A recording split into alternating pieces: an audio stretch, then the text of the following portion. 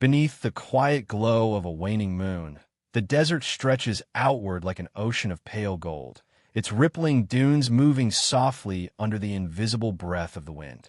In the stillness, one can almost hear the low hum of time itself, ancient, endless, and patient. The desert is a paradox. It appears lifeless, yet it conceals beneath its shifting sands entire worlds that once breathed, sang, and dreamed. Somewhere below, stone walls and buried streets rest in the deep slumber of centuries, veiled by silence and secrecy. The story begins not with discovery, but with stillness. The camera glides over the sand, tracing patterns carved by wind, impermanent yet timeless. Each grain glitters under the moonlight, like countless stars fallen to earth.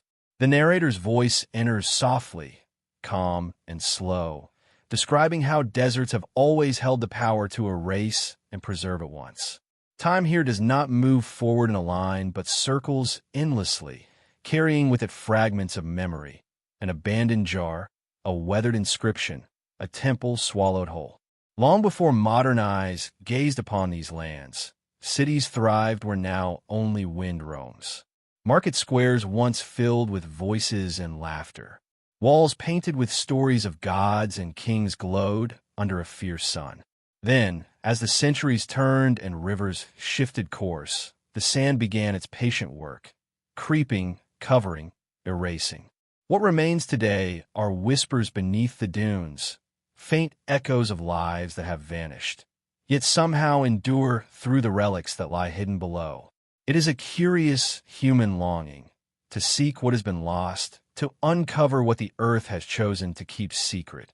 Perhaps it is because every buried city is also a reflection of us, our ambitions, our fears, our yearning to be remembered. We dig not only for artifacts, but for reassurance that we, too, will not disappear without trace. Archaeologists speak of discovery, but in truth, they are listeners. They kneel before the ground and wait for it to speak. The desert, though silent, tells stories through its stillness. It hides nothing out of cruelty, only out of patience. Beneath layers of time and dust lie entire civilizations that once flourished. Temples built to forgotten gods, palaces of vanished kings, streets that once echoed with life. They're not gone. They're only sleeping.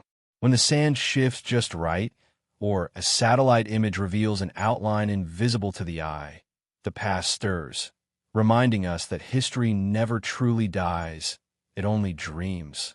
The world is filled with forgotten landscapes. Beneath the dunes of Arabia, under the golden veil of the Sahara, across the wind-swept plains of Central Asia and the silent basins of the Taklamakan, the bones of cities rest. Each carries a story written not in ink, but in dust and ruin. Some were erased by nature's hand, by drought, by flood, by the slow turning of the earth's climate. Others fell to the human heart, greed, war, abandonment. Yet whatever their fate, the sand became both their shroud and their sanctuary. In ancient myths, the desert has always been more than a landscape. It is a boundary between the seen and the unseen, the realm of gods and ghosts. The Bedouins speak of voices carried by the wind, of cities of brass that appear under certain moons and vanish by dawn. Explorers tell of mirages that are too precise, too real, as if memories of long-buried streets are projected onto the shimmering heat. The line between legend and truth blurs, as it always does when time folds upon itself. The voice of the narrator softens further, almost a whisper. They speak of the sands as a great library, one written in silence, unread by most. Each grain carries a secret. Each dune hides a story. The camera drifts closer to the surface of the earth, the faint shape of an ancient wall just visible beneath the sand's thin veil. What city lies below? Who walked here once, under a sun that burned brighter, in a time when these lands were alive with movement and song? The world above remains unaware. To the traveler passing by, this is only wilderness, endless, empty. Yet for those who listen carefully, the desert breathes. In a long pause between gusts of wind, One can almost hear footsteps from long ago, the soft murmur of a marketplace, the distant call of a priest in a vanished temple. The imagination drifts easily here, lulled by rhythm and repetition, by the serene pulse of time. And so the story unfolds gently, like sand slipping through fingers. This is not merely a tale of ruins, but of memory, of how civilizations rise from the dust and return to it. The same particles that once shaped pyramids now dance in the wind. The same dust that covers forgotten empires settles quietly on our own cities. Time moves in circles, and beneath the shifting surface, the past waits, patient and unhurried. As the first section closes, the night deepens. The moonlight fades behind a gathering of clouds.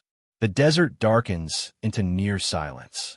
The voice of the narrator lingers on a single thought, that perhaps, beneath the sands, nothing is ever truly lost.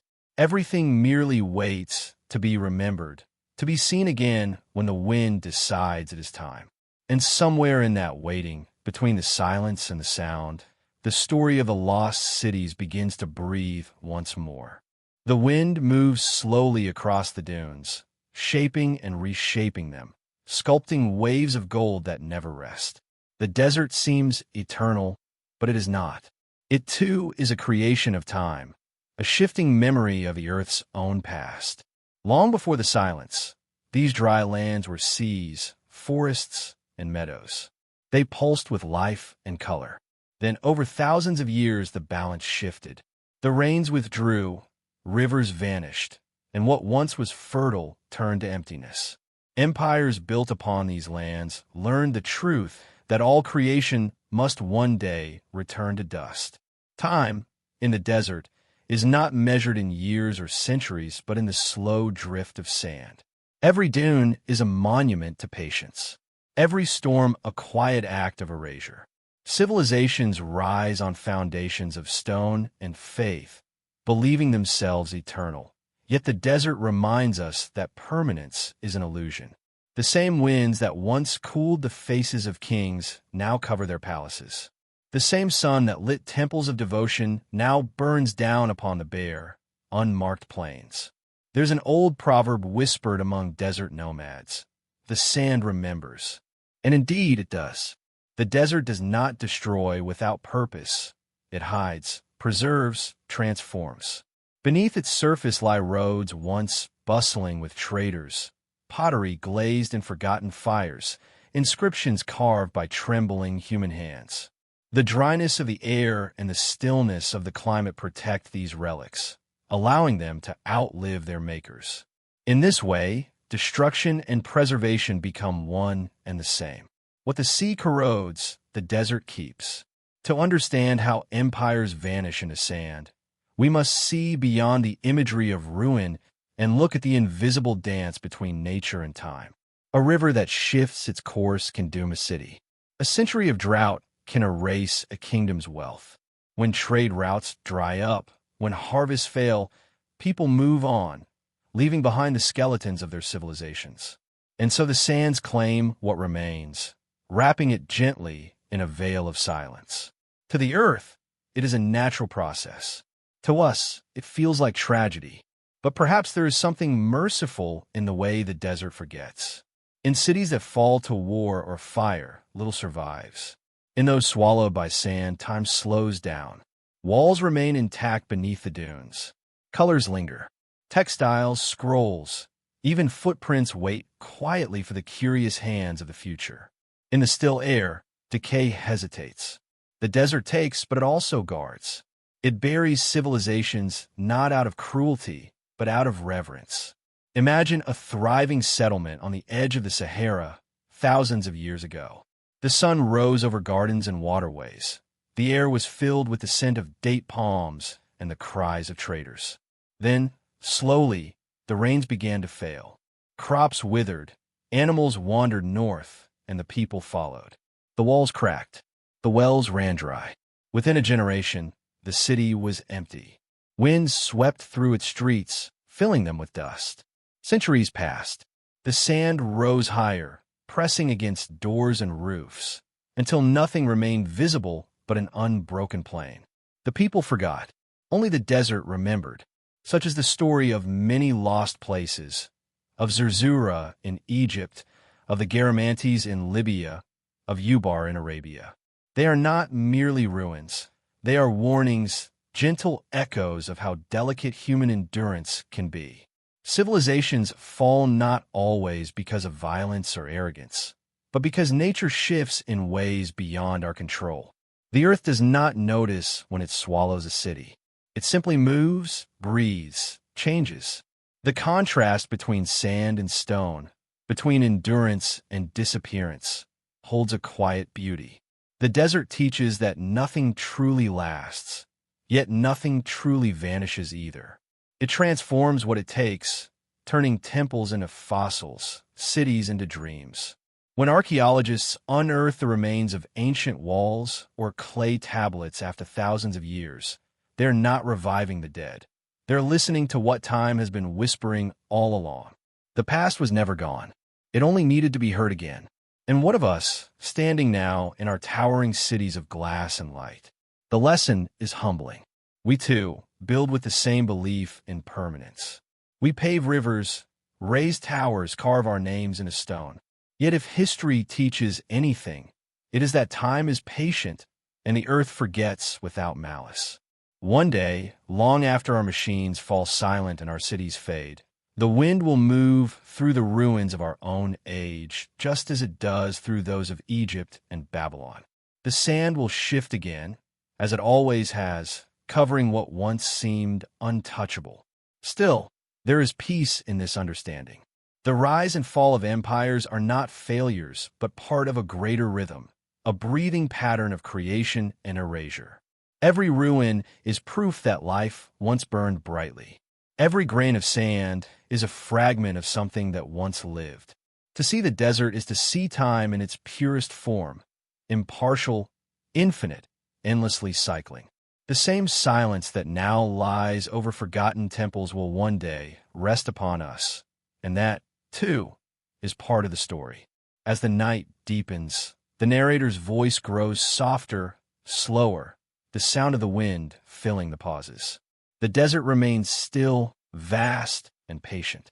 In the distance, the first light of dawn begins to brush the dunes with pale color. The world turns quietly, and with it, the knowledge that everything we build will one day belong to the sand. Yet within that inevitability lies a strange comfort. Though our cities may fade, the earth will remember the shape of our passing. The sands of time do not mourn. They merely keep. There is a place in the southern deserts of Arabia where the horizon blurs between mirage and reality. For centuries, travelers spoke of it in hushed voices, a city of immense wealth and towering columns, shimmering like a dream amid the dunes. It was called Ubar, or in older tongues, Iram of the Pillars. Some said it was built by men so proud they defied the will of the heavens. Others whispered it was swallowed by divine anger, erased overnight by a storm of sand so fierce that no trace of it remained. To some it was myth, to others, proof that the earth remembers everything, even the arrogance of kings. The story of Ubar begins with the scent of frankincense, that sacred resin that once fueled entire economies and religions. In the time when deserts were alive with caravans, this land, now so silent, was a crossroads of trade. From the coastal ports of Oman, incense traveled north toward Babylon, Egypt, and Rome. The wealth that flowed through this region made it the beating heart of Arabia, and somewhere within that web of trade routes stood the city of Ubar, glittering, proud, and blessed by the gods of wind and fire. But pride, as every old story reminds us, has its price. Ancient texts describe Ubar as a city whose people grew rich and ungrateful. In the Quran, it is said that Iram was the city of pillars, the like of which was not built in the land, and that its people turned away from the path of righteousness. When the punishment came, it was not through armies or flames, but through nature itself. The ground opened, the sands rose, and the city disappeared as if it had never been. For 1,000 years, Its memory lingered only in poetry and legend, a ghost whispered about by travelers who swore they had seen its gates gleaming in the distance, only to vanish as they approached. For centuries, scholars debated whether Ubar ever existed. Western explorers called it the Atlantis of the sands, comparing it to that other great lost civilization said to have drowned beneath the waves. Yet for all the stories, no one could find proof, no ruins, no inscriptions, not even a trace of stone. The desert guarded its secret well. Then, in the late 20th century, technology did what centuries of wandering could not.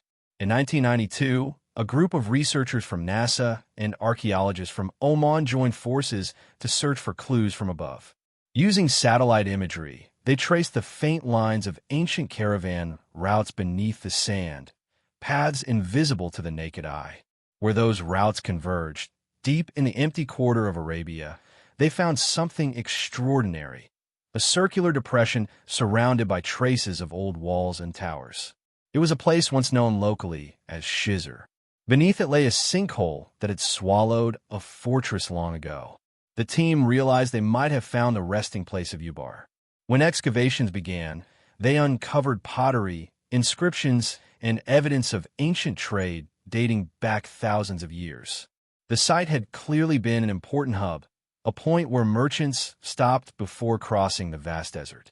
It was not a mythic golden city in the way poets imagined, but it was real, a nexus of commerce and culture lost to time. The great sinkhole beneath it had likely caused the ground to collapse, sealing the site under sand and rubble. Nature, once again, had written its quiet signature over human ambition. Yet even with proof in hand, the legend of Ubar refused to fade into simple archaeology. For every answer unearthed, new mysteries emerged. Local Bedouins still tell stories of strange lights seen near the site, of the wind carrying faint music across the dunes. They speak of a curse, that those who try to awaken the city will be swallowed by the same earth that consumed it. Whether born from fear or reverence, these tales give Ubar a life beyond science, allowing it to exist both as fact and fable, a bridge between the world of men and the vast, dreaming mind of the desert. There is something hauntingly beautiful in this duality. The scientific eye sees patterns of erosion, tectonic faults, and shifting sands. The poetic heart sees divine judgment, the pride of kings reduced to dust. In truth, both are correct. The story of Ubar is not merely about destruction, but about transformation. How myth grows out of memory, and how the human need to explain the unexplainable turns disaster into legend. The same storm that buried the city also ensured its immortality. By disappearing, Ubar became eternal. When night falls over the empty quarter, the wind moves with a low hum, like distant chanting. The dunes ripple under starlight, and for a moment, one might imagine the faint outlines of towers rising in the dark. Columns carved from white stone, gates adorned with symbols of forgotten gods. The mind wanders, filling the emptiness with echoes of what once was. Perhaps the city still exists, not in the physical world, but in the shared imagination of those who seek it. For every explorer who sets out to find Ubar, there is also an inner journey, a search for what lies buried not in the sand, but in the heart of humanity itself.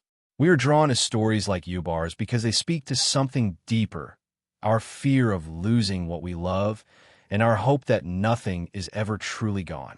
The sand may cover, but it does not destroy.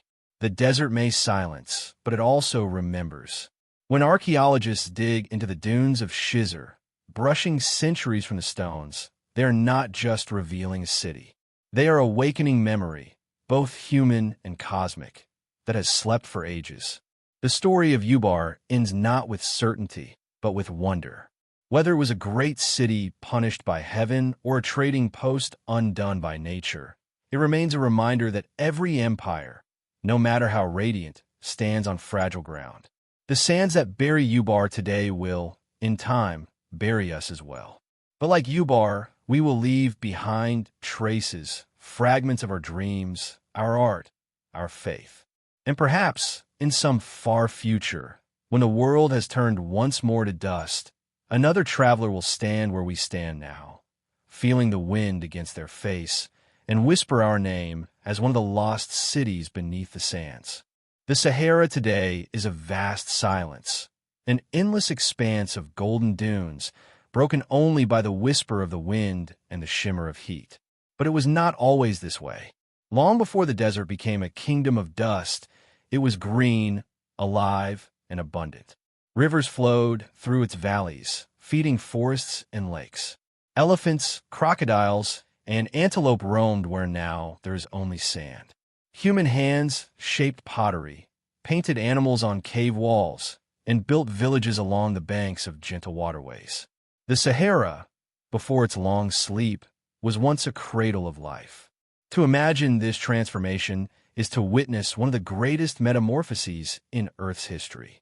Around 10,000 years ago, the Sahara was in the midst of what scientists call the African humid period. Monsoon rains from the south pushed deep into the continent, bringing moisture and fertility. Lakes the size of small seas shimmered under the sun, and grasslands stretched from one horizon to the other. The air was filled with birds, the earth with hoof prints, and the nights echoed with the voices of people who lived and loved under an open sky. They left behind art, haunting images painted on rock faces and cave walls. In the heart of the desert, in places like Tassili, Niger, and Gilf Kabir, these paintings tell stories older than writing itself. Herds of cattle, hunters with bows, women dancing, children playing near rivers that no longer exist. These artworks are not just relics of survival. They are memories etched into stone, proof that the Sahara was once a living, breathing world. But the Earth is never still. Over thousands of years, the planet's orbit and tilt shifted ever so slightly, changing the rhythm of seasons and winds. The rains began to falter. Year after year, the grass turned brown, lakes shrank, and the once generous rivers grew thin. The sky grew larger, the air drier. What began as a slow change became a relentless decline. The green Sahara faded into a patchwork of dying landscapes. Villages were abandoned, animals moved south, and the people who remained watched as their world turned to sand. It is easy to imagine this change as tragedy, but the desert is not cruel. It is indifferent. The transformation was neither punishment nor accident. It was part of the Earth's great breathing, cycles of abundance and desolation, birth and return. And yet, for the people who lived through it, it must have felt like the end of everything they knew. One day, water filled the wells. The next, they were dry. The river that had sung for generations fell silent. The wind began to speak a new language, one of loss, emptiness, and awe. Over time, the sands rose higher, covering the memories of the green world below. Entire lakes vanished, leaving behind salt flats and fossilized shells. Where crocodiles once slid into the water, dunes now ripple under the sun. And yet, beneath those dunes, the ancient rivers still exist, not as flowing waters, but as ghostly channels visible only from space. Satellites, with their unblinking eyes, have revealed their winding paths, marking the veins of an ecosystem that once flourished. Scientists now trace these hidden rivers, mapping the Sahara's forgotten geography, an invisible landscape beneath the one we see. In some regions, fragments of the old world still break through. Fossils of fish and hippos are found in places hundreds of miles from the nearest water. Tools carved from stone lie buried in layers of sand, waiting for the chance to tell their stories. Sometimes, when heavy rains fall unexpectedly, shallow lakes reappear for a brief moment, mirror-like pools that shimmer with birds and life before vanishing again. It is as if the desert remembers what it once was, offering fleeting glimpses of its former self. But the mystery of the Sahara is not only geological, it is also human. Archaeologists have found traces of ancient cities and settlements now buried beneath dunes, places that may have been part of forgotten empires, lost in the transition between green and gold. The Garamantes of Libya, for example, built underground irrigation systems, and lived in fortified towns deep within what we now call the desert. For centuries, they flourished where no one should have, drawing water from hidden aquifers until those, too, ran dry. When the wells failed, their cities vanished into the sand, leaving behind only fragments of pottery and stone. These buried cities remind us that the Sahara's transformation was not only a change in nature, but a shift in destiny. Civilizations rose on the promise of water and fell in the face of drought. Yet even in disappearance, they achieved a strange kind of immortality. The sand that buried them also preserved them. Beneath the dunes, the past remains intact, sealed within the stillness of the desert's embrace. The story of the Sahara is therefore not just about loss, but about memory. The desert is a vast archive, a keeper of secrets. It records without judgment, holding everything that was in quiet suspension. The people who once lived along its vanished rivers are gone, but their traces remain in every grain of sand, in every wind-carved ridge. If we listen closely, we can still hear them, not in words, but in the rhythm of the earth itself. And as the sun sets over the dunes, the colors of the Sahara deepen, from gold to amber, from crimson to violet. Shadows stretch long and soft, and the air cools with the breath of night. The wind hums, carrying the faint echoes of ancient water. It is a strange comfort to know that beneath the silence, life still lingers, in fossils, in memory, in the quiet persistence of the land. The Sahara was once a paradise. It will be again in some distant age, when the planet tilts and the rains return. The earth does not forget its former shapes. It only sleeps and dreams them. The lost rivers may run again, and in their reflections, perhaps new civilizations will rise, unaware that they walk upon the bones of those who came before. Until then, the desert remains, timeless, patient, a vast golden ocean holding the memory of its green heart beneath the sands of eternity. Egypt is a land where history and myth breathe in the same air. Its monuments rise out of the desert like memories that refuse to fade, eternal against the slow passage of time. Yet even here, in a country defined by its visible grandeur, the pyramids, the temples, the hieroglyphs, there are entire worlds hidden beneath the sands. Beneath the shifting dunes of the Nile Delta and the silent plains beyond the river, cities lie sleeping, their names once spoken by millions, now reduced to whispers in archaeological journals and fragments of legend. Egypt, more than any other place on earth, reminds us that what we see is only the surface of what has been. The story of these hidden cities begins with water, the Nile, that great ribbon of life that has both created and buried civilizations. For thousands of years, its annual floods dictated the rhythm of existence. The river nourished the soil, raised the crops, and sustained the people, but it also destroyed what it gave. Entire settlements vanished beneath layers of silt and sand carried by the floods. As the centuries passed and the river changed its course, once vital cities were left stranded or buried. The living moved on, the sand remained. One such city was Tanis, known in ancient times as Janet, a capital of the northern kingdom after the fall of Ramesses' dynasty. It was once a city of immense splendor, filled with towering temples, gold-covered statues, and wide boulevards where priests carried offerings to the gods. But as the delta shifted and the floods abandoned it, Tanis declined. The winds swept in from the east, and the sands began to settle over its once grand avenues. For centuries, it was forgotten, mistaken by some early explorers for the fabled city of Pyramus itself. Only through careful excavation did archaeologists rediscover its name and its story, a reminder that even greatness, when left unattended, turns to dust. Further north, hidden beneath the waves where the Nile once met the sea, another city slept for over a millennium. Heracleion, also called Thonis, was once Egypt's gateway to the Mediterranean, a thriving port of trade, wealth, and devotion. Here, foreign merchants brought their ships laden with spices and gold, and priests performed rituals for the goddess Isis. Then, without warning, the earth shifted. The city, built upon soft deltaic soil, sank. Over centuries, water and mud buried it completely. By the time of Alexander the Great, Heracleon was already a legend, a name in forgotten scrolls. It was not until the year 2000 that its silence was broken. French archaeologist Frank Gaudio, using sonar scanning along the coast of Alexandria, discovered vast structures beneath the sea, columns, statues, temples, and entire streets preserved in near-perfect form. Divers entered a submerged world frozen in time. Colossal statues of pharaohs still standing guard, inscriptions intact, coins and vessels scattered across the seabed.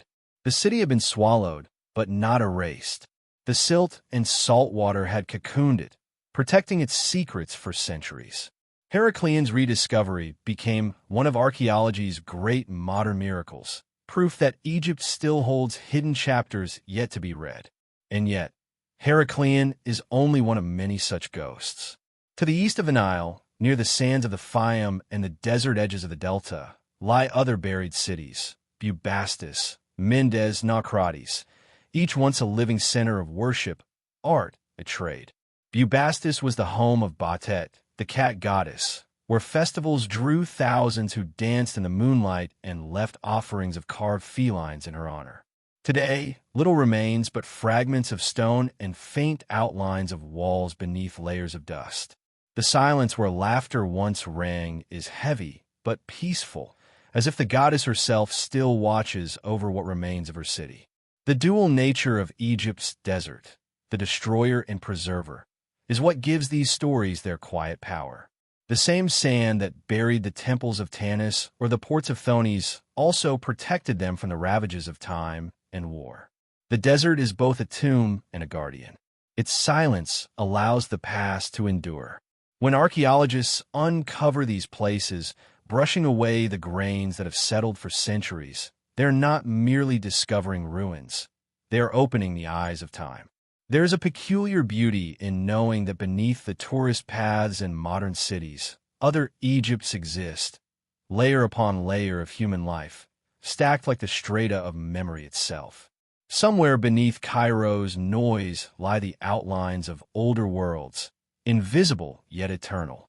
Beneath the dunes near the Valley of the Kings, still undiscovered tombs await, sealed by chance and wind.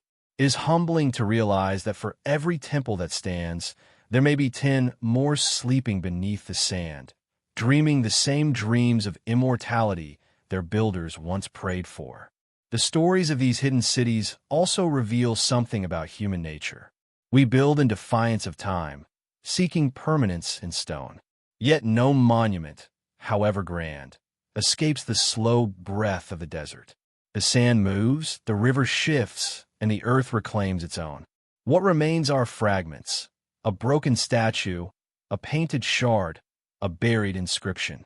And yet, in those fragments, we see an unbroken continuity. The hands that shaped them are gone, but their touch endures.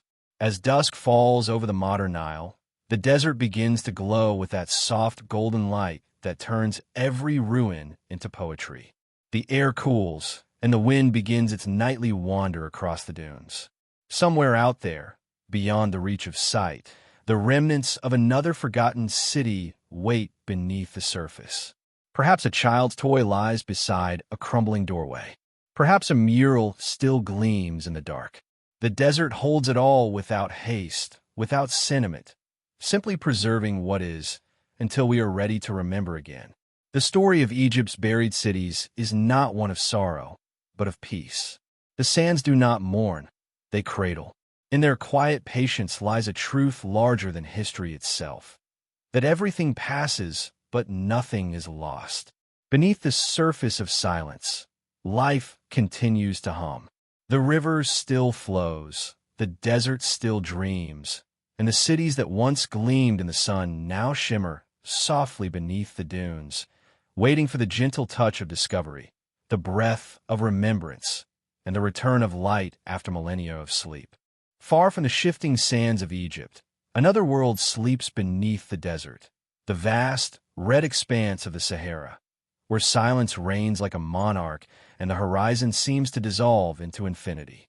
To stand at its edge is to face the bones of the earth itself, stripped bare of time. Yet even here, in a landscape that seems untouched by human hands, whispers of lost civilizations drift on the wind. Beneath dunes that stretch for hundreds of miles lie the remains of cities that flourished when the Sahara was not a desert at all, but a living, breathing world of rivers, grasslands, and life. It is almost impossible to imagine now, but thousands of years ago, this sea of sand was once green, a cradle of human stories now hidden beneath the gold dust of centuries. The Sahara's transformation from paradise to desert is one of Earth's quiet tragedies. Around 10,000 years ago, seasonal rains nurtured vast lakes, and herds of cattle grazed across plains where now only dunes ripple. Ancient people carved their lives into the rock, painting the walls of caves with images of elephants, giraffes, and fish. These paintings, still visible today in places like Tassili Inajar in Algeria and the Gilf Kabir Plateau in Egypt, are ghostly testaments to a forgotten world. They tell of hunters, farmers, and families who lived where now only the wind whispers. When the climate began to shift and the rain ceased, these people moved on, leaving behind only their art, a farewell carved into stone.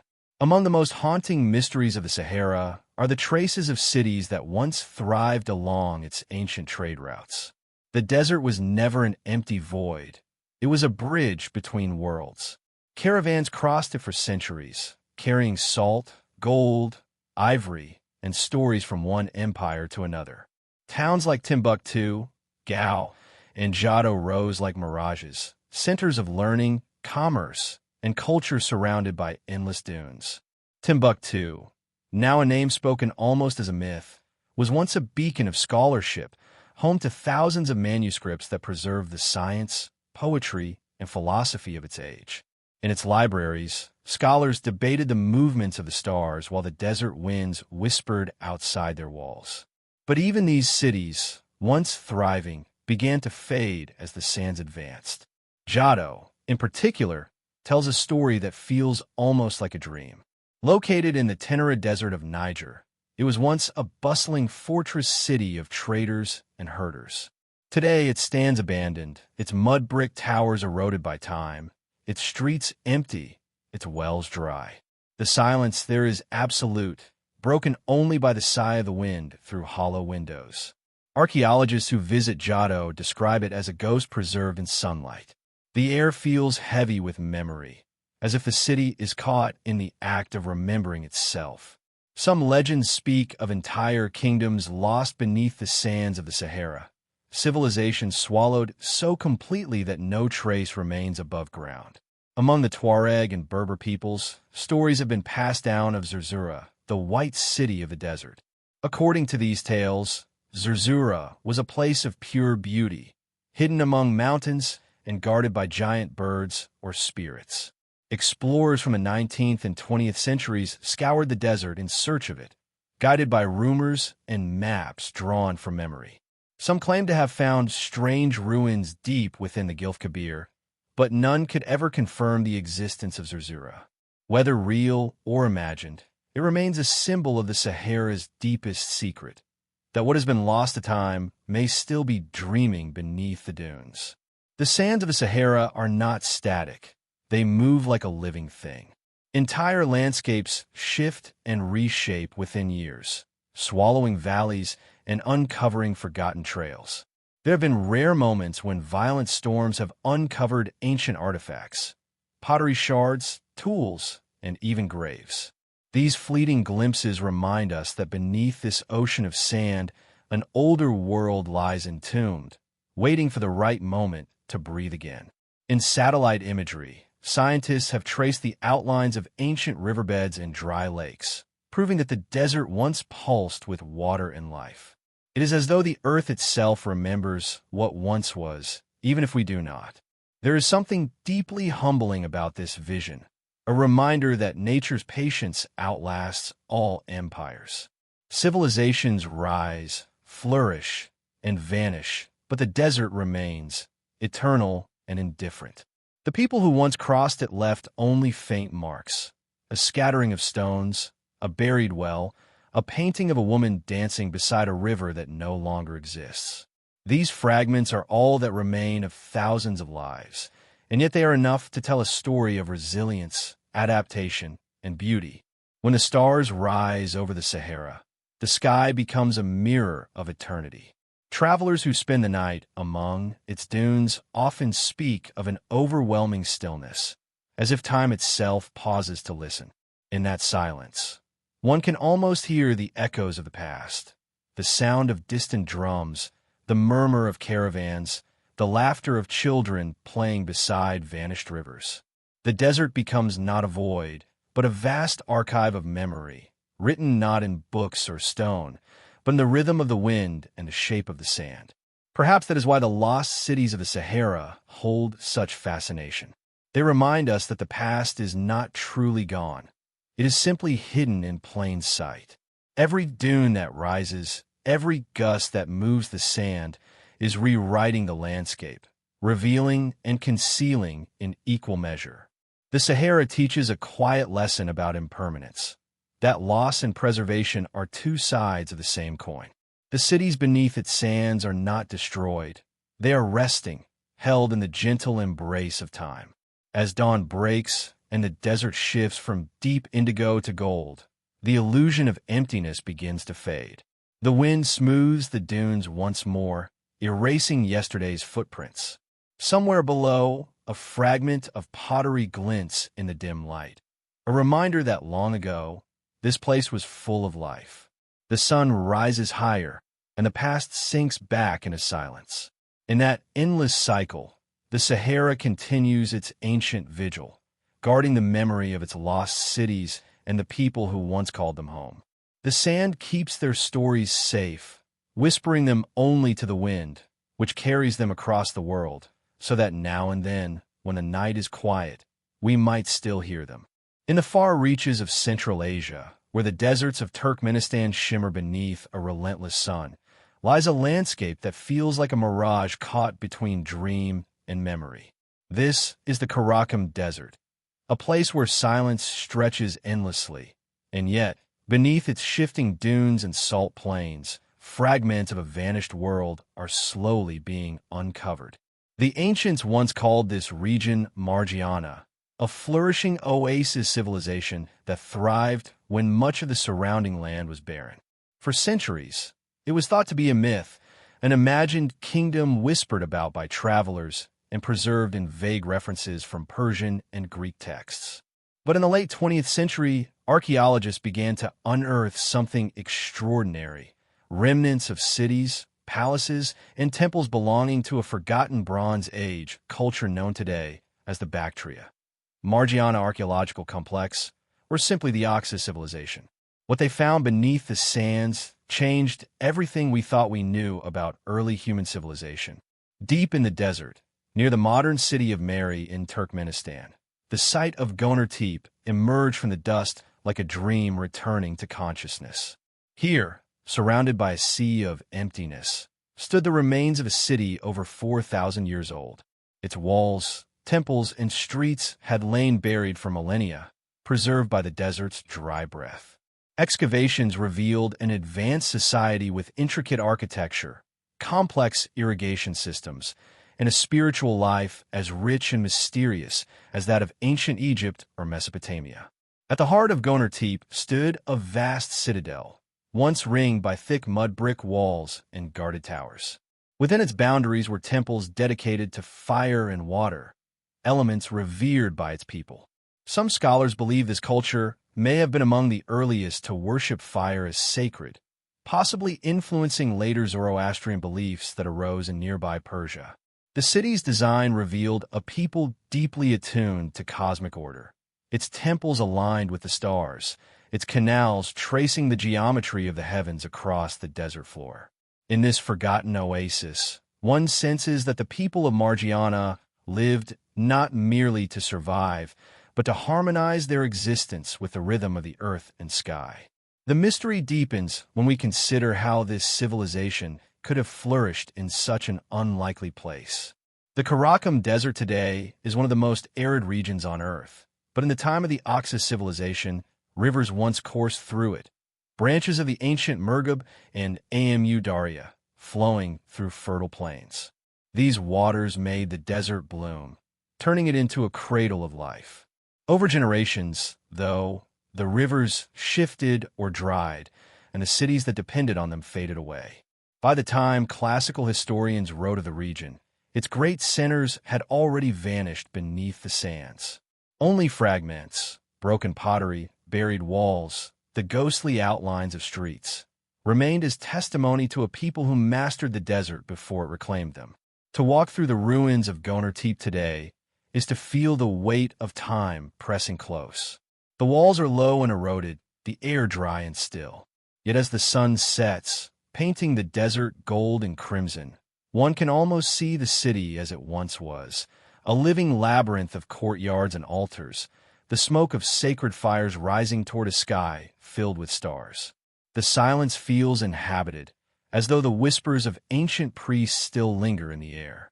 Archaeologists working here often describe a sense of reverence, an awareness that this place holds not just the bones of a city, but the memory of a worldview lost to time.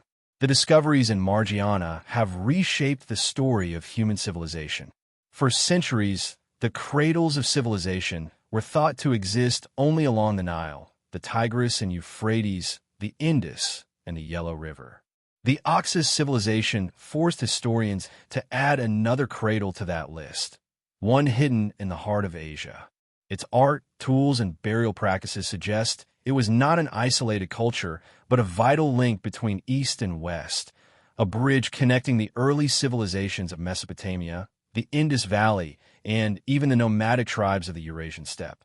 In its jewelry, pottery, and intricate seals, echoes of all these worlds converge. Yet, as with all desert civilizations, the end came silently.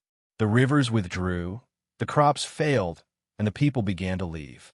Over decades, the once flourishing oases turned to dust, and the desert advanced like an unhurried tide. The cities fell into ruin, the wind filled their streets with sand, and their memory faded from the world's story. Only now, through careful excavation and modern technology, are we beginning to understand what was lost.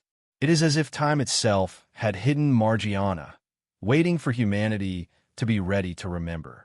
There is something profoundly poetic in the idea that the desert, which destroyed these cities, also preserved them. The same forces that erased their names protected their bones. Every fragment uncovered, a carved bead, a painted jar, a tool left beside an ancient hearth, is a whisper of that balance between ruin and remembrance. The Karakum's heat, so merciless to life, has become the guardian of history. It is a paradox that repeats across the world's deserts. Silence as preservation, emptiness as archive. When night falls over the Karakum, the stars blaze with an almost otherworldly clarity. The sky seems close enough to touch, and the air cools with a breath that feels ancient. In that vastness, it is easy to imagine the people of Goner Tepe still moving through their nightly rituals, lighting fires to honor unseen gods, whispering prayers to the desert winds. Perhaps the desert remembers them, even when we do not. The sands hold their footsteps, their hopes, their stories, hidden beneath the surface, waiting for the next gentle uncovering of time. The lost world of Margiana is not merely an archaeological curiosity. It is a reminder of humanity's fragile harmony with the earth. Civilizations are not defeated by time alone. They are undone when the balance between nature and need breaks. The people of the Oxus mastered their environment, but even mastery has its limits. When the water disappeared, so did they. And yet, what they left behind is not despair, but beauty, the quiet beauty of endurance. As the first light of dawn spills across the desert, turning the dunes silver, the ruins of Goner Tepe seem almost to breathe. The wind sighs through its ancient stones, whispering to the sand that covers what once was.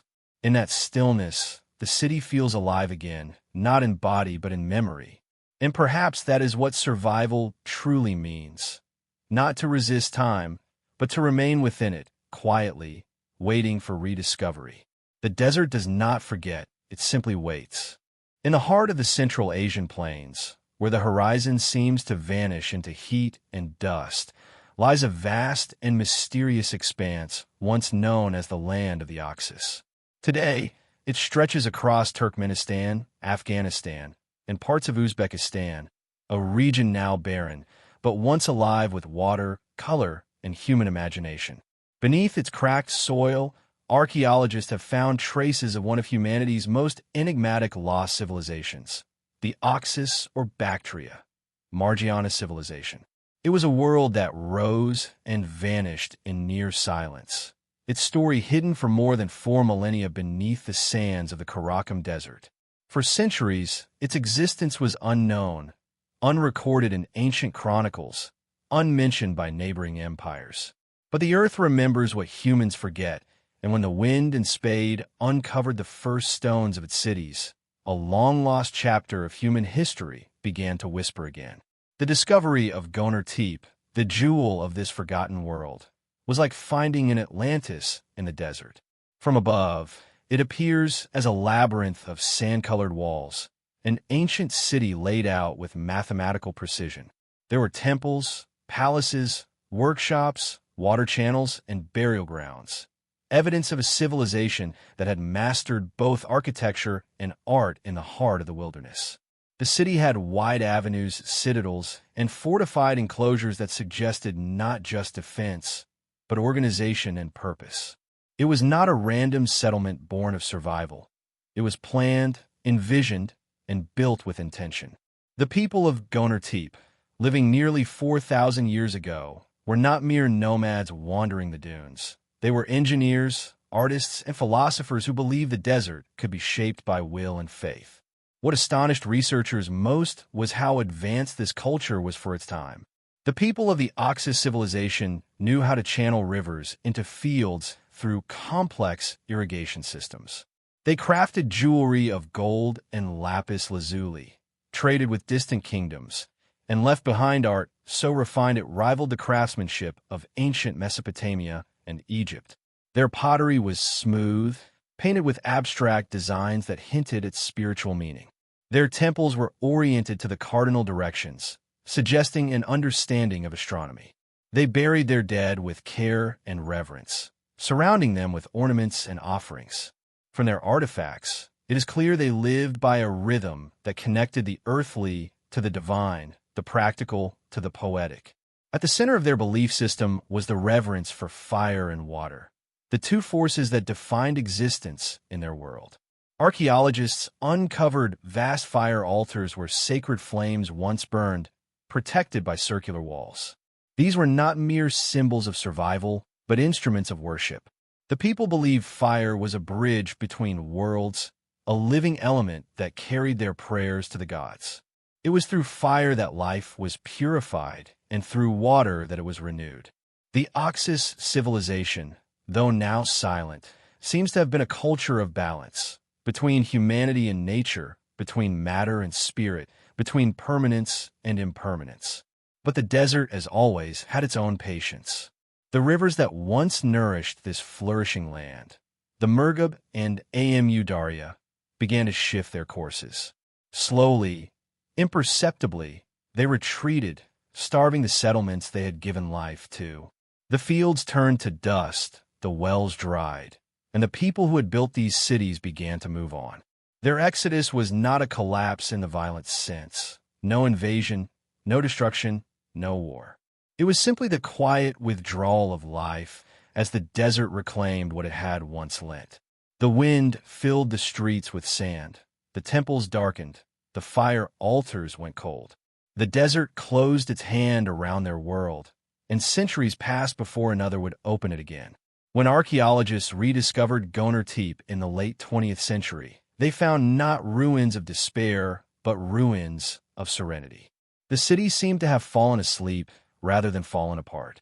Unlike the broken monuments of war-torn empires, these stones carried no scars of conquest. They bore instead the gentleness of time, walls softened by sand, corridors half filled with dust, ornaments lying untouched in the earth's embrace. It was as if the people of Margiana had entrusted their city to the desert, knowing it would keep their secrets safe. And indeed, the desert did. Even now, as excavators brush away the ancient dust, there's a profound sense of calm that lingers over the site. The air feels different, heavy with memory. Every artifact unearthed seems to hum with quiet meaning. A polished mirror reflecting the sun, a painted shard of pottery, a carved figurine of a woman or a god. Each one feels less like a relic and more like a message, a fragment of a philosophy that saw harmony where we often see emptiness. Perhaps that is why the Oxus civilization vanished so gently. It had learned that survival is not about conquest, but about coexistence. In a larger story of humanity, this forgotten desert civilization bridges worlds. It sits between the giants of history, Mesopotamia, the Indus Valley, Persia, yet belongs fully to none. Its art, language, and beliefs show echoes of each, but also something distinctly its own. It was a meeting point of cultures, a place where traders and dreamers cross paths under a sky that still gleams the same deep blue today. The Oxus civilization was the pulse of an ancient global network, linking east and west long before the Silk Road ever existed. Night in the Karakum brings with it a silence so vast that it feels almost sacred. The stars hang low, sharp and clear, illuminating the faint outlines of the ruins below.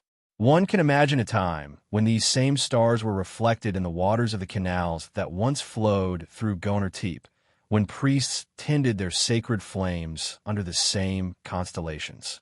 The city, even now, seems to glow faintly beneath the desert sky, as though the fire altars have never truly gone out. The wind sighs across the empty courtyards, and in its rhythm one can almost hear the echo of ancient chants, the murmur of a civilization that believed in the eternal continuity of life. The story of the Oxus civilization reminds us that disappearance is not the same as death. To be buried is not to be forgotten. It is to rest, awaiting rediscovery. These cities beneath the sand are not ruins. They are seeds of remembrance. The people who built them are long gone, but their spirit remains, woven into the wind and earth. The desert, in its infinite stillness, has kept their legacy intact. As the dawn light spills over the dunes, the ruins take on a soft glow, as if awakening from a long dream. For a moment, the boundaries of time seem to blur, the past breathing through the present, the ancient and the modern sharing the same air. It is in this stillness that the truth of these lost cities becomes clear. Nothing ever truly vanishes. The earth remembers, the sand remembers, and somewhere in the echo of the wind, the forgotten voices of the Oxus whisper still, telling us that beauty, like memory, never dies. It only changes form. Across the vast deserts of the Middle East, where heat shimmers off the sand like a mirage and the horizon stretches into eternity, lie the remnants of civilizations so old they have become nearly myth. The deserts of Arabia are littered with the bones of cities that once thrived, now silent under dunes and dust. Among them, the legendary city of Ubar stands as one of the most enduring mysteries of history. Often called the Atlantis of the Sands, Ubar has captured the imagination of explorers, archaeologists, and poets alike, not merely because of its wealth or size, but because of its sudden disappearance, swallowed by the unforgiving desert and left only in whispers of legend. For centuries, tales of Ubar were passed along by Bedouin nomads, stories of a city of great wealth and mighty pillars, a place where men lived in pride and prosperity, only to vanish overnight, as if the earth itself had rejected them. Ancient texts, including references in the Quran, describe Iram, a city of lofty pillars whose people defied the gods. The idea of a city disappearing so completely, leaving barely a trace, seemed impossible to scholars for generations. Many dismissed the story as myth, a cautionary tale of pride and punishment. But the desert, patient and unhurried, was preserving its secret. The region where Ubar is believed to have existed is part of the Rub al-Khali, or the Empty Quarter, one of the largest sand deserts on Earth. For centuries, its shifting dunes, salt flats, and hidden wells challenged the bravest travelers. The desert itself is both barrier and protector. It buries what it does not wish to reveal, while preserving the traces of life that dared to flourish upon it. It is a land where survival required ingenuity, courage, and knowledge of the subtle movements of sand and wind. Those who navigated it relied on memory and instinct, following faint tracks, ancient waterholes, and the shadows of mirages to guide them. It is easy to see why a city could vanish here entirely, leaving only stories behind. In modern times, the search for Ubar became more than legend. Satellite imagery provided a new perspective, revealing patterns in the sand invisible from ground. Archaeologists noticed ancient caravan routes converging on a single point, hints that a hub of trade must have existed there once. The location, now called Shizr, revealed an extraordinary secret. Beneath the desert floor lay a circular sinkhole and remnants of structures buried for centuries. The site suggested a once thriving city, complete with fortifications, streets, and buildings. Scientific inquiry had finally caught up with myth, proving that Ubar, or something very much like it, was real. Excavations revealed a city built on trade and ingenuity. It was a nexus for the frankincense and myrrh routes, where caravans carried precious resins from the Arabian interior to Egypt, Mesopotamia, and beyond. The wealth that flowed through the city allowed its rulers to build elaborate structures, and it likely served as a cultural and economic hub for the region. Yet despite this prosperity, Ubar could not withstand the slow, invisible forces of the desert. The sands encroached, wells dried, and the water supply that sustained life faltered. Nature, silent and impartial, was the ultimate arbiter. The manner of Ubar's disappearance remains as fascinating as its rediscovery. The city was not destroyed by war, nor did its inhabitants leave in haste. Rather, it seems to have been gradually abandoned, its structures succumbing to the shifting sands. A massive sinkhole, caused by the collapse of underground limestone caverns, may have been the final blow, swallowing part of the city and leaving the rest to be covered over time. In this slow erasure, the desert demonstrated both its destructive and preservative powers. By hiding Ubar beneath sand, the earth ensured that it would survive long enough to be found by a future generation. But the story of Ubar is not just a tale of archaeology. It is a story of human imagination and memory. The legends of lost cities, passed down by nomads and explorers, preserve the essence of the city even as the physical structures vanished. It is remarkable to consider that for thousands of years, a city could exist primarily in stories and whispers, its truth guarded by the desert until the right moment of revelation. Ubar reminds us that human memory and the Earth's memory can work together, one in the spoken word, the other in sediment, waiting to be uncovered. There is also a haunting beauty in how Ubar blurs the line between myth and reality. The desert preserves both fact and fable, weaving them together so that the act of discovery becomes a journey into imagination as much as into history. Archaeologists brushing sand from the ruins cannot help but feel a connection to those who told tales of its wealth, its pillars, and its sudden disappearance. The city exists simultaneously as a tangible archaeological site and a symbol of human aspiration and mortality. The desert silence now covers Ubar once more, but is not empty. Beneath the shifting sands lie streets and walls, wells and courtyards, all frozen in time. The wind whispers over them as it has for millennia, telling stories that are half legend, half history.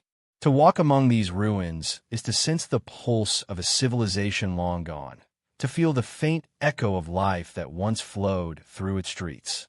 The city sleeps, but is not gone. Its story, preserved both in stone and story, continues to awaken curiosity and wonder. In a sense, Ubar teaches a lesson about the impermanence and resilience of human endeavor.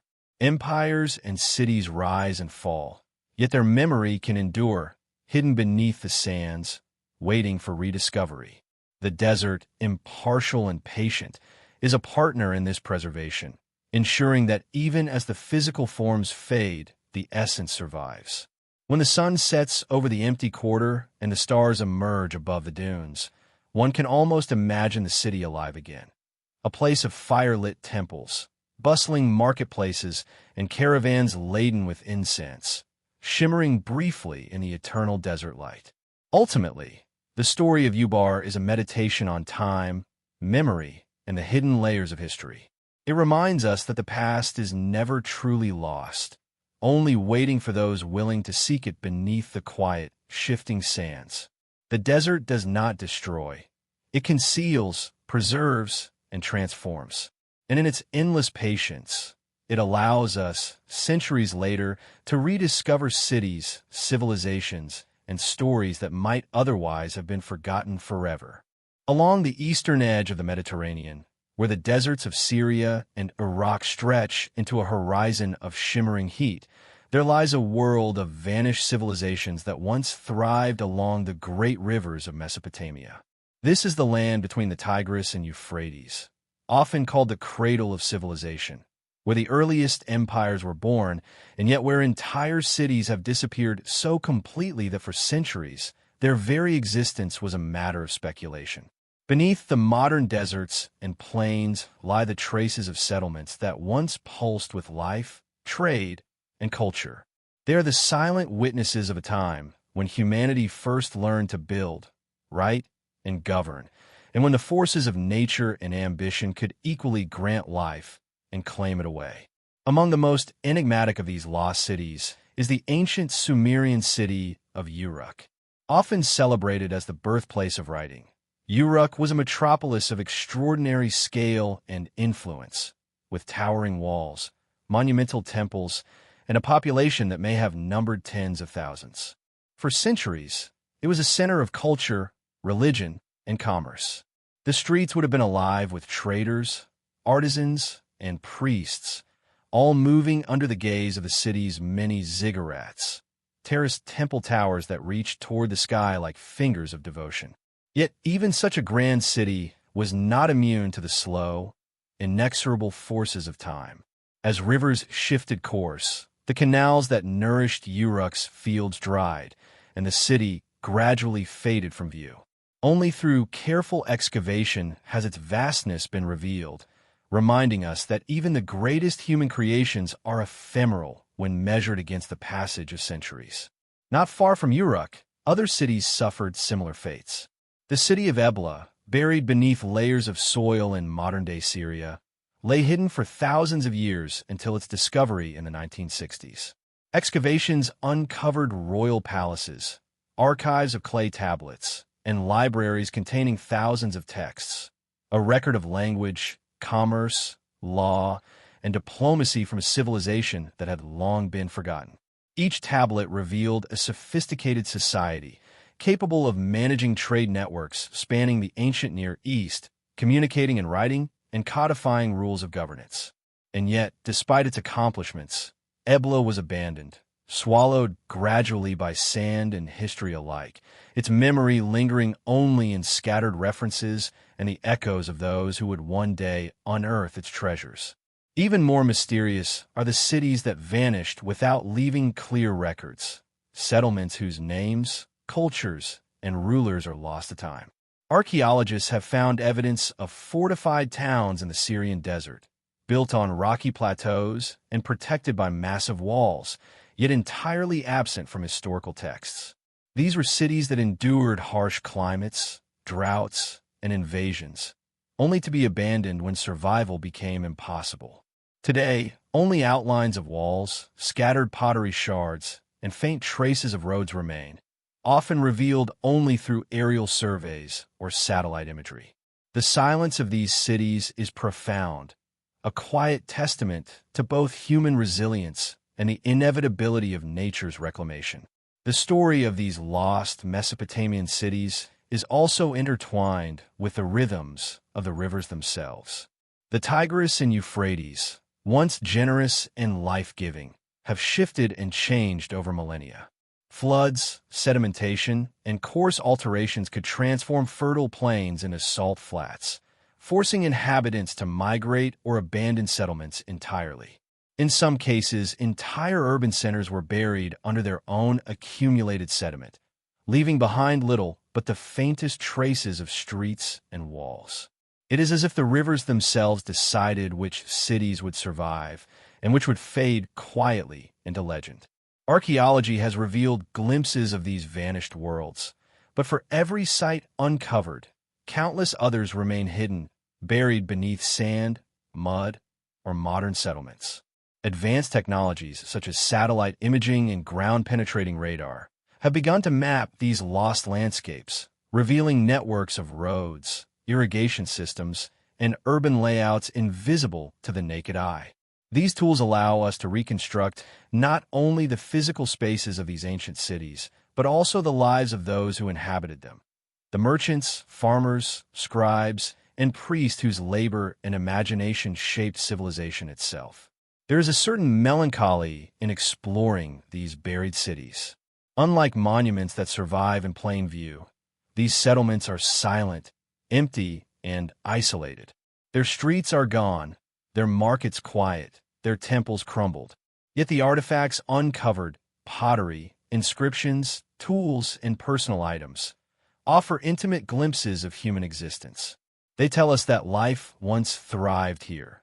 Children laughed and played, craftsmen labored at their kilns, and religious ceremonies were conducted with devotion. The desert or soil may have claimed the structures, but it cannot erase the echoes of life that once animated them. Even as the cities themselves disappeared, their influence spread.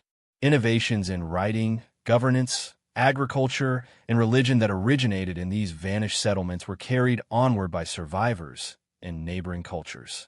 The Sumerians and Akkadians, the Babylonians and Assyrians, all built upon the foundations laid by these early cities. In this way, the lost cities of Mesopotamia continue to live, not in bricks or stone, but in ideas, language, and the enduring patterns of civilization. At twilight, when the desert air cools and the horizon softens into violet and gold, the landscape feels almost alive with memory. One can imagine the vanished streets of Uruk or Ebla, the footsteps of traders echoing faintly across empty plains, the smoke of cooking fires rising from long-abandoned homes. The wind carries the stories of these civilizations, weaving them into the vast silence. In that moment, it is possible to feel a connection across time, to sense that the people who built these cities are not entirely gone. They live on in the soil, in the sand, and in the human imagination.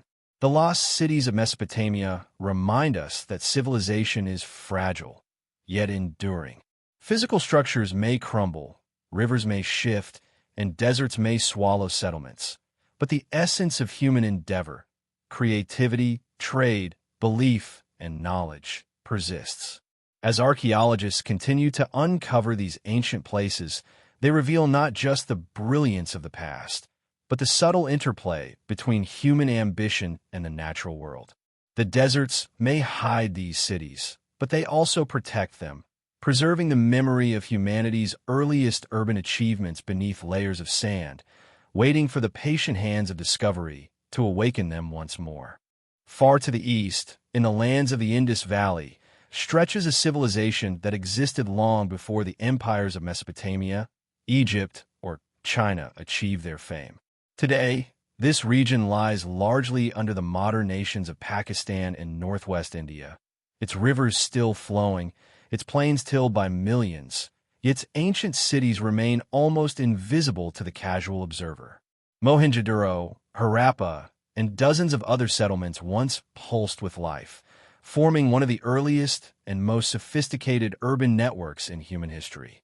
Their streets, well-planned and orderly, reveal a culture that mastered architecture, governance, and daily life on a scale that rivals even the great cities of antiquity. And yet, unlike the pyramids of Egypt or the ziggurats of Mesopotamia, These cities were lost, buried beneath silt and soil for thousands of years, waiting for rediscovery in the 20th century. The Indus Valley Civilization, flourishing around 2500 BCE, presents an enduring mystery. A people whose sophistication is clear, yet whose language and writing remain largely undeciphered. The cities themselves were remarkable. Wide, straight streets intersected at right angles. Houses were constructed with uniform baked bricks. Sophisticated drainage and sewage systems ran beneath the streets, demonstrating a mastery of urban planning that was unprecedented for the time. Wells and reservoirs provided water, while public baths suggest a ritual or communal aspect of daily life, pointing to a society deeply concerned with hygiene, ritual, and civic order. It is difficult to overstate the ingenuity required to sustain such cities in a region prone to seasonal flooding, shifting river courses, and extremes of climate. Mohenjo-daro, meaning Mound of the Dead, was among the largest cities, covering more than 300 hectares. Its streets were lined with multi-story buildings, workshops, and marketplaces, and its Great Bath, a large water reservoir, hints at ceremonial practices that may have united the community in shared rituals. Archaeologists have discovered tools, jewelry, pottery, and toys, each artifact providing a window into the daily life of a people whose stories were otherwise silent. The civilization was remarkably egalitarian, with evidence suggesting an absence of monumental palaces or conspicuous displays of wealth, in contrast to contemporaneous cultures like Egypt and Mesopotamia. Society appears to have been organized around civic cooperation rather than hierarchical dominance, a structure both resilient and, ultimately, fragile. Trade played a central role in the Indus Valley. The cities were connected by rivers, roads, and possibly even sea routes, linking them to Mesopotamia and beyond. Seals, weights, and standardized measures have been found across thousands of kilometers, suggesting a complex and regulated economy. Yet, despite the evidence of wealth and sophistication, the civilization vanished with little trace. Scholars debate the causes. Climate change, shifting river courses, drought, or invasions may have all contributed. Whatever the cause, the suddenness of the decline left streets and buildings abandoned, and over time, the memory of these thriving cities faded from history. The Indus script, carved on its seals and pottery, adds another layer of enigma. Unlike cuneiform or hieroglyphs, it has yet to be deciphered. Without the ability to read their texts, we are left to interpret their world through their architecture, art, and material culture. Each symbol hints at governance, commerce, and possibly spiritual belief, but the meaning remains elusive. This silence, paradoxically, makes the civilization more compelling. We are forced to imagine their lives, to reconstruct the rhythms of daily existence from the faintest traces. Every artifact, every brick, every street corner tells a story partially veiled, leaving a space for wonder and reflection. Environmental change played a critical role in the decline of the Indus cities. Evidence suggests that the mighty rivers that once sustained Mohenjo-daro and Harappa changed course over centuries, leaving fields dry and cities isolated from trade routes. Without water, the crops failed. Without crops, populations dwindled. Unlike civilizations built along more stable river systems, the Indus cities were intimately tied to the unpredictable pulse of the rivers. In this sense, the Indus Valley teaches a timeless lesson about humanity's dependence on nature. Even the most organized societies are vulnerable to environmental shifts. The rediscovery of these cities in the early 20th century transformed our understanding of ancient urban life. Excavations revealed not ruins of grandeur, but of order, functionality, and human ingenuity. Streets and homes were designed to maximize airflow and sunlight, ensuring comfort in the region's harsh climate. Public buildings served practical, civic purposes, while the lack of large palaces or monumental tombs suggests a society focused on community rather than the glorification of rulers. These discoveries reveal a civilization that prioritized function, balance, and social cohesion, values that resonate deeply across time, even as the physical structures themselves fell into ruin. Mohenjo-daro's Great Bath continues to inspire awe. Measuring approximately 12 by 7 meters, its walls were waterproofed with layers of bitumen, and a complex system of drains allowed water to flow in and out efficiently. The bath was clearly not for simple utility. Its size, location, and construction indicate ritual significance. Perhaps it served as a communal site of purification, reflection, or spiritual practice, connecting citizens in a shared experience. This communal aspect of life is echoed in the city's careful planning. Streets were orderly, houses followed similar designs, and access to water and sanitation appears to have been equitable. Even in its disappearance, Mohenjo-daro offers lessons in civic responsibility, social organization, and the beauty of functional design. Artifacts found across the Indus Valley hint at a vibrant spiritual life. Figurines, amulets, and seals depict animals, humans, and mysterious symbols. Some suggest fertility rituals. Others appear to invoke protection or blessing. The emphasis on water in their architecture and art indicates a culture deeply attuned to its natural surroundings, recognizing the river as life-giving, sacred, and fragile. These material traces offer tantalizing glimpses of belief systems now silent, requiring imagination to reconstruct the thoughts, fears, and hopes of those who once walked these streets. The sudden disappearance of the Indus Valley cities leaves an unsettling beauty in its wake. Unlike civilizations that crumble under conquest or war, these cities seem to have slipped quietly into the earth. Streets were left empty, homes were abandoned, and gradually, nature reclaimed the land. Winds and floods layered soil over brick, hiding Mohenjo-daro and Harappa for millennia. And yet their story did not end. Rediscovery by archaeologists transformed obscurity into fascination, revealing a civilization as sophisticated as it was mysterious, as ordinary as it was extraordinary. The Indus Valley teaches that cities are living organisms, dependent on water, trade, and social cohesion. When any of these elements falter, even the most sophisticated urban networks can collapse. Yet, the civilization also demonstrates resilience. Its planning, technology, and art survive the ages, waiting for discovery. The streets and drains of Mohenjo-daro, the seals of Harappa, the standardized weights and measures, all speak of a society that valued order, fairness, and practicality. Even in its disappearance, the Indus Valley civilization leaves a profound legacy for humanity to ponder. The beauty of harmony, the fragility of existence, and the enduring power of human creativity. Walking through the excavation sites today, one is struck by the paradox of silence and life. The cities themselves are empty, but every brick, every artifact, every carefully measured street evokes movement, work, and thought. One can almost imagine children playing in the narrow lanes, merchants calling out across marketplaces, priests performing rituals in sunlit courtyards. The wind stirs dust in the same streets once traversed by thousands, and in that quiet motion, the past is felt, if not heard. It is a civilization that speaks through absence, inviting reflection on what it means to live, build, and leave a mark upon the earth.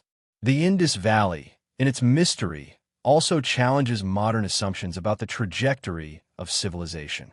It shows that urban sophistication, social organization, and technological achievement were not confined to the well-known river valleys of Egypt and Mesopotamia.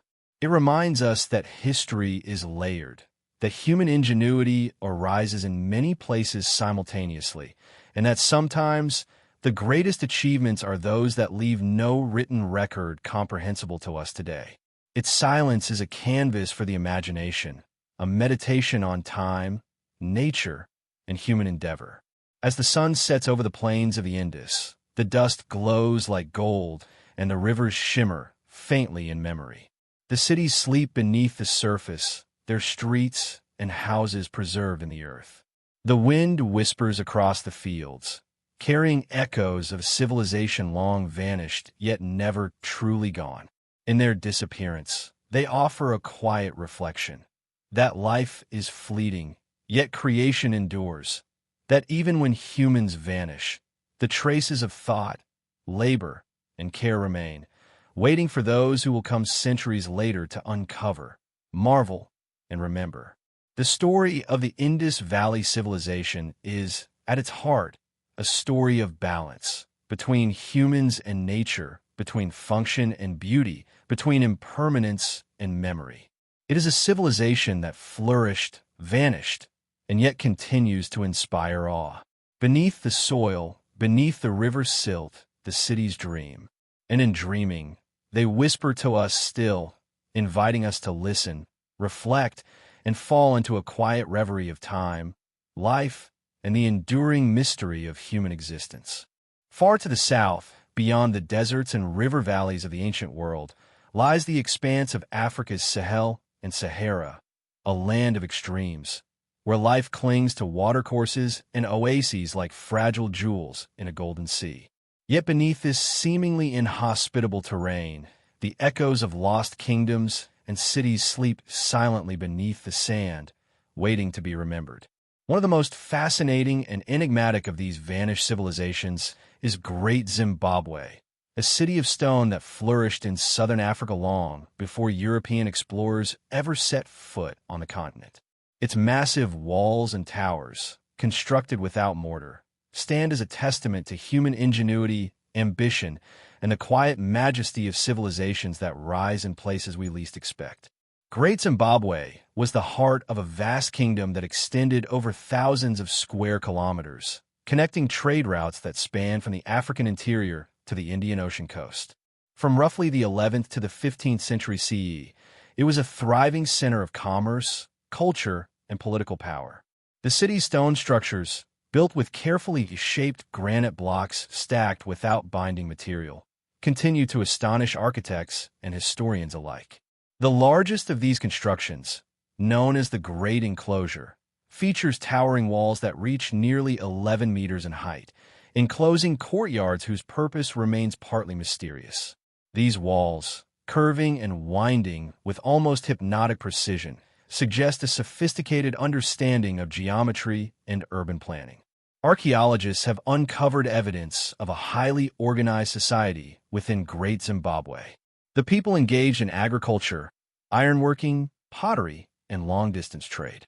They traded gold, ivory, and exotic animal skins with merchants who sailed to distant lands, from Arabia to India, highlighting the city's connection to a global network long before modern globalization. The ruins also suggest a society deeply attentive to ceremony and hierarchy. Stone enclosures likely housed the royal court, while other areas may have served as marketplaces, religious centers, or places of communal gathering. The city's layout, with its winding walls and terraces, reflects both practicality and aesthetic sensibility, demonstrating a culture that valued both function and beauty. The mystery of Great Zimbabwe deepens when we consider how it came to be abandoned. By the late 15th century, the city had been largely deserted, leaving behind silent walls and empty courtyards. Scholars debate the causes: environmental degradation, shifts in trade routes, or political upheaval may have contributed. As with many ancient cities, the forces of nature played a role in reclaiming what humans had built. Vegetation began to grow among the stone walls, and over centuries, wind and rain softened the sharp edges of the granite blocks. The city's disappearance left its memory preserved in oral traditions of local peoples. But for much of history, outsiders doubted that such an advanced civilization could have arisen independently in southern Africa. Walking through the ruins today, one is struck by a sense of scale and permanence. The walls and towers, though weathered, convey an extraordinary confidence in construction and vision. The Great Enclosure, with its immense curved walls and conical towers, almost seems alive, as if it breathes with the echoes of the people who once lived there. In the narrow passageways between stone blocks, one can imagine artisans shaping tools, merchants discussing the flow of gold, and nobles conducting ceremonies that define the rhythm of daily life. The silence is profound yet alive, filled with memory and the weight of centuries. Great Zimbabwe's importance lies not only in its architecture, but also in its place in the history of African civilizations. For centuries, European scholars doubted that such a city could have been built by Africans, reflecting both ignorance and prejudice. Archaeological evidence, however, makes it clear that Great Zimbabwe was an African creation, demonstrating the continent's capacity for complex social organization, trade, and artistic expression long before colonial encounters. The city stands as a monument to human ingenuity across geography and time, a reminder that history is not confined to the civilizations traditionally celebrated in Western narratives. Trade played a central role in the life of Great Zimbabwe, connecting the interior of Africa with distant markets. Gold mined from nearby rivers and hills flowed to the Indian Ocean ports, exchanged for beads, textiles, and other luxury goods. The economy was sophisticated, with standardized weights and measures suggesting regulated commerce. This trade network fostered cultural exchange as well, spreading ideas, religious practices, and artistic styles across vast distances. Through these interactions, Great Zimbabwe became more than a local power. It became a hub of transcontinental connections, influencing and being influenced by peoples thousands of miles away. The spiritual life of Great Zimbabwe also leaves its mark on the ruins. Some structures appear to have had ritual purposes, possibly connected to ancestor worship or sacred kingship. Conical towers, raised platforms, and enclosures may have served ceremonial functions, linking the political authority of rulers with religious observance. The precise meanings of these structures are still debated, but their presence underscores the civilization's complex social and cultural fabric. Life in Great Zimbabwe was not only about survival and trade. It was about identity, hierarchy, and the sacred rhythms that guided communal existence.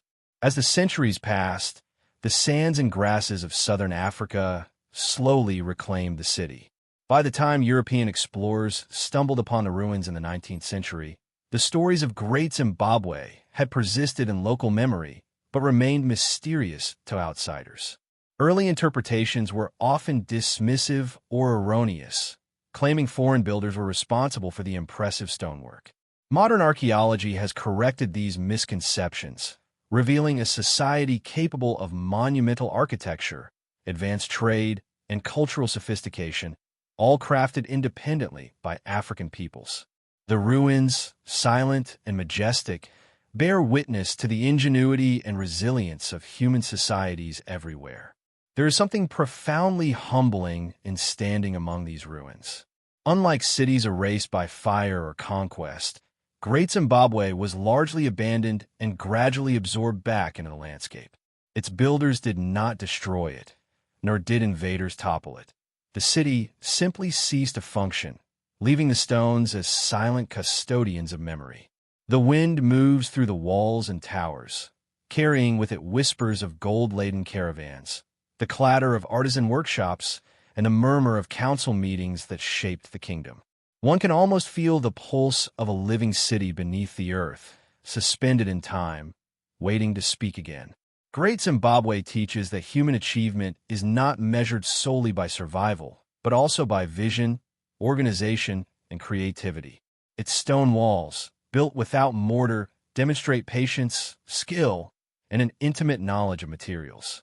Its marketplaces, homes, and ceremonial spaces reveal a society that valued structure, order, and connection. The city's disappearance is not a story of failure, but of transformation. The passage of time and nature's reclamation transforming a once vibrant metropolis into an enduring memory. Today, Great Zimbabwe continues to inspire, not only as an archaeological site, but as a symbol of cultural pride and historical awareness. Its lessons resonate across continents. That ingenuity can flourish anywhere, that civilizations are fragile, yet capable of leaving legacies that endure, and that the past often hides treasures beneath layers of earth, waiting for patient observers to uncover them. When the sun sets over the rolling hills, casting long shadows across the stone walls, the city seems to breathe once more, alive in imagination and memory, offering a meditation on time, mortality, and the beauty of human endeavor. In reflecting on Great Zimbabwe, one is reminded of the impermanence and endurance of human civilizations. Cities rise, kingdoms flourish, trade thrives, and yet time moves inexorably forward. Some civilizations vanish, leaving behind whispers and fragments. Others endure in monuments, stories, and cultural memory. Great Zimbabwe embodies both aspects: a city physically gone, yet culturally and spiritually alive, a testament to the enduring power of human creativity and the silent patience of the land itself. It is a place where the past meets the present, where history and imagination converge, and where the whispering winds carry stories of ambition, achievement, and the eternal dialogue between humanity and the earth. As night falls and the stars shine over southern Africa, the ruins of Great Zimbabwe stand in serene witness to centuries of human life, achievement, and disappearance. The city sleeps, yet in every stone, in every shadow, in every curve of its magnificent walls, it whispers of a people who dreamed, built, and lived fully in their time. And through that whisper, we are reminded that lost civilizations are not entirely gone. They are preserved in memory, in the landscape, and in the imagination, waiting for those who seek to understand, reflect, and drift into the quiet reverie of history itself. Beneath the golden sands of the Sahara, Timbuktu and its surrounding settlements once thrived as a hub of trade, learning, and culture. Caravans carrying gold, salt, and ivory linked these cities to distant lands, from North Africa to Arabia, creating networks of exchange that nurtured both wealth and knowledge. Timbuktu became a sanctuary of learning, with libraries and madrasas preserving thousands of manuscripts on law, astronomy, medicine, and philosophy. The city's mud-brick architecture blended practicality with beauty, providing shelter and communal spaces adapted to the harsh desert environment. Yet the desert is both a giver and a taker. Shifts in climate, water scarcity, and changing trade routes gradually led to the decline of these settlements. Buildings were abandoned, streets fell silent, and sand slowly reclaimed the land. Despite this, the manuscript survived, hidden and protected by generations, preserving the intellectual heartbeat of the city long after its streets emptied. Walking among these ruins today, one feels the pulse of a vanished civilization. Scholars reciting, merchants trading, communities thriving in harmony with their environment. Timbuktu reminds us that even in extreme landscapes, human creativity and culture can flourish. Its story is one of adaptation, resilience, and the enduring power of knowledge, preserved not in grandeur alone, but in the quiet persistence of human curiosity. Beneath the desert sun, amidst whispering dunes, the city sleeps, yet its legacy endures, inviting reflection on the fragile beauty of civilizations lost and the timeless nature of human ingenuity. Across the frozen landscapes of Scandinavia and the North Atlantic, Viking and Norse settlements reveal a story of human resilience in extreme climates. From Greenland to Northern Europe, communities thrived with ingenuity, building timber homes, longhouses, and farmsteads adapted to snow, ice, and short growing seasons. These settlements were hubs of trade, connecting northern lands to continental Europe and centers of cultural and spiritual life, where ritual objects, runestones, and communal halls reflected complex societies. The disappearance of these settlements was gradual. Climate change, soil depletion, and isolation, along with occasional conflict, led to abandonment. Structures were reclaimed by moss, snow, and forest, preserving traces of lives once lived. Sites like Lance aux Meadows in Newfoundland hint at daring exploration and fleeting communities across the Atlantic, illustrating the limits and achievements of human adaptation. Even in silence, these northern cities tell tales of survival, cooperation, and ambition. Each artifact, wall, and foundation offers insight into daily life, tools, clothing, and the layout of homes, revealing social organization and ingenuity. The ruins evoke a meditation on impermanence and endurance, showing that even vanished civilizations leave enduring lessons. Beneath snow and ice, the lost cities of the North whisper stories of human creativity meeting environmental challenge, reminding us of the fragile yet remarkable nature of life in extreme lands. In the Americas, civilizations like the Maya, Aztec, and Inca built cities of astonishing ingenuity, hidden now beneath jungles, lakes, and mountains. Maya cities in Mesoamerica were entwined with the rainforest, with temples, palaces, and plazas connected by causeways and terraces. Their agriculture and water management sustained dense populations, while hieroglyphs and carvings recorded their history and cosmology. The Aztec capital, Tenochtitlan, dazzled with canals, markets, and monumental temples, blending engineering and ritual life. The Inca carved terraces into steep mountains, constructing Machu Picchu and other cities with precise stonework and vast road networks. Each civilization adapted uniquely to its environment, achieving remarkable social and technological feats. Yet conquest, environmental change, and societal collapse led to their abandonment. Forests, soil, and ash gradually reclaimed streets and plazas, leaving fragments that archaeologists and explorers study today.